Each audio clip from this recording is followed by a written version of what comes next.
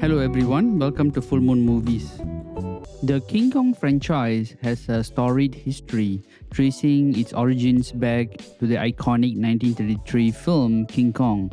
This classic introduced audiences to the towering ape and his poignant connection with humanity, setting a benchmark for monster movies. The film's groundbreaking special effects and compelling narrative about the bond between Kong and the human characters captivated viewers, establishing a legacy that would endure for decades.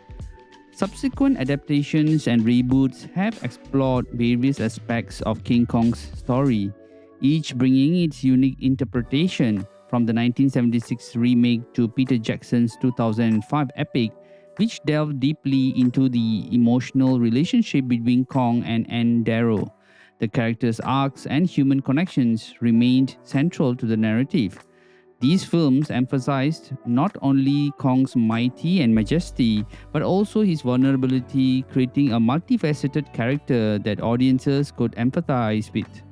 However, as we move into the era of the Monsterverse, particularly with the advent of films like Kong, Skull Island, and the more recent Godzilla crosses Kong, The New Empire, there has been a noticeable shift. These newer movies prioritize spectacular CGI and action sequences, aiming to dazzle young audiences, particularly those accustomed to the fast-paced, visually intense nature of modern entertainment. This focus on visual spectacle often comes at the expense of character development and the narrative depth. Critics have pointed out that while these films excel in visual effects, they lack the rich character arcs and emotional depth that defined earlier entries in the franchise.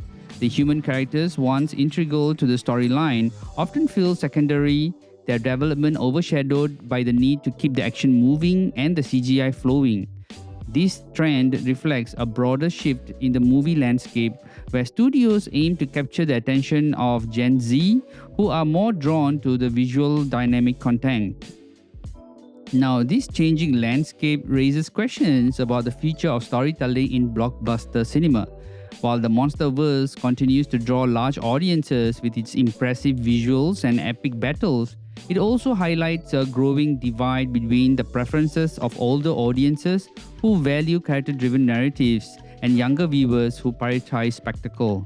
The King Kong franchise's evolution mirrors this broader industry trend, showcasing both the potential and the pitfalls of modern filmmaking in an age dominated by digital effects and shifting audience expectations. Believe me, I have no doubt that the CGI in this movie was awesome, but I couldn't see how purposeful it was for the movie. Was it just right or a bit too much? I wasn't really ready for this monster multiverse thingy, as it all seemed like just jumping in and jumping out of the multiverse, or simply the CGI. As far as the cast is concerned, I understand that Jia needs a connection to her world and her people, which gives some depth to her passive character. However, relying solely on sign language as the only form of communication in an action movie can lessen the impact of excitement and urgency, depending on the scene. Now, the audience has to shift their attention to subtitles to understand what the characters are communicating. Now, if she was allowed to act out her scene in a manner similar to how the two kids in the first Jurassic Park movie conveyed the urgency and tension throughout the film, even in silence, that could have been more effective. Now, as for Dr. Lin, the struggle between being a scientist, an archaeologist, and a mother seemed to me a bit more tangled. Many of her scenes where she was emotionally engaged with Jia lacked realism in her bond, especially the last part where she was sad that Jia might want to stay with her people. On the other hand, the dialogues by Bernie Hayes felt like gibberish. He talked about the Monsterverse, but it wasn't real science.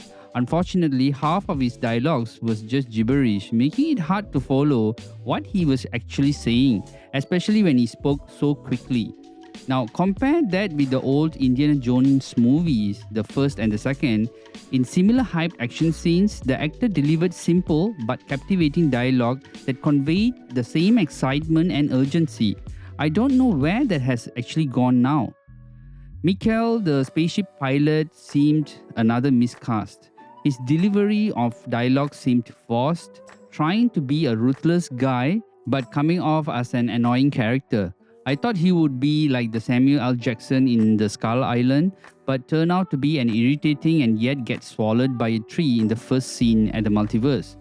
In conclusion, I think compared to various adaptations of King Kong, adult audience might find the earlier versions of King Kong or Godzilla or even the recent Godzilla Minus One to have better screenplays, casting, and character-driven stories.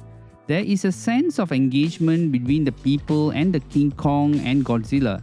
But Godzilla vs. Kong: The New Empire focuses more on spectacular CGI and less on character depth and screenplay. It is said that a lot of children really love this movie, so the producers and directors placed their effort on this monster multiverse to continue the franchise with younger kids who might continue to be their stable audience in later films. However, I think there is value in producing films that capitalize on CGI without compromising the legendary way of telling stories. No doubt movies are a visual format and CGI has an impact, but disregarding proper screenplay works will only bring down the standard for future audiences in terms of movie literacy. This is why you see more older generations of movie audiences building collections of older movies. In fact, there is a risk of the slow dissipation of proper storytelling in movies in current times. Anyways, Godzilla vs. Kong: The New Empire will not disappoint children who are familiar with games and visual attractions and are satisfied with the film. But I doubt if they revisit the movie when they become adults, would they feel the same? Or will they might evolve into a different type of audience altogether?